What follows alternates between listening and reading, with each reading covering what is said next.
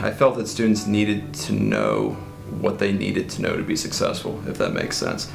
Too often they look at a quiz or a test in a grade book and they see they got a poor score on them, and you ask them, well, what do you need to do better? And they don't have an answer. They just said they need to retake it.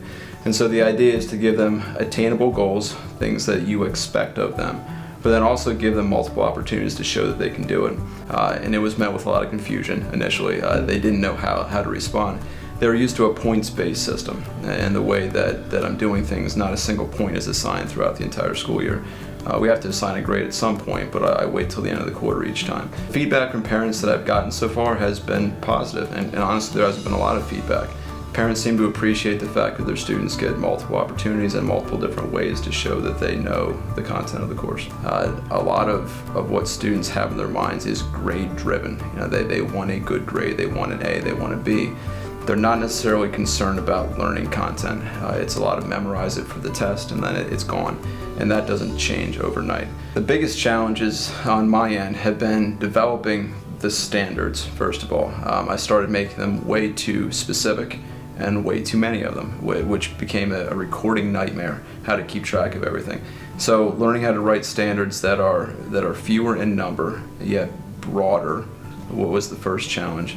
And the second challenge is, how do I keep track of everything and how do the students keep track of everything?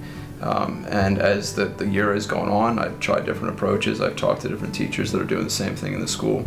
And I've got a system that kind of works, but it's not perfect. So as time goes on, it'll continue to be modified, and hopefully we can all get to a good spot at some point. All of the content for actually the entire quarter is currently available for the students. They have labs, they have practice activities, they have projects that all have a basic due date of the end of the quarter. I stop them once or twice a week and we bring everybody together and we talk about things that we're confused about. They have instructional videos I put together available for them on Canvas. They've got answer keys, and so really class time becomes more of a one-on-one. I get to work with students, I get to go over anything that they have problems with. They get to work with other people, they get to work at their own pace.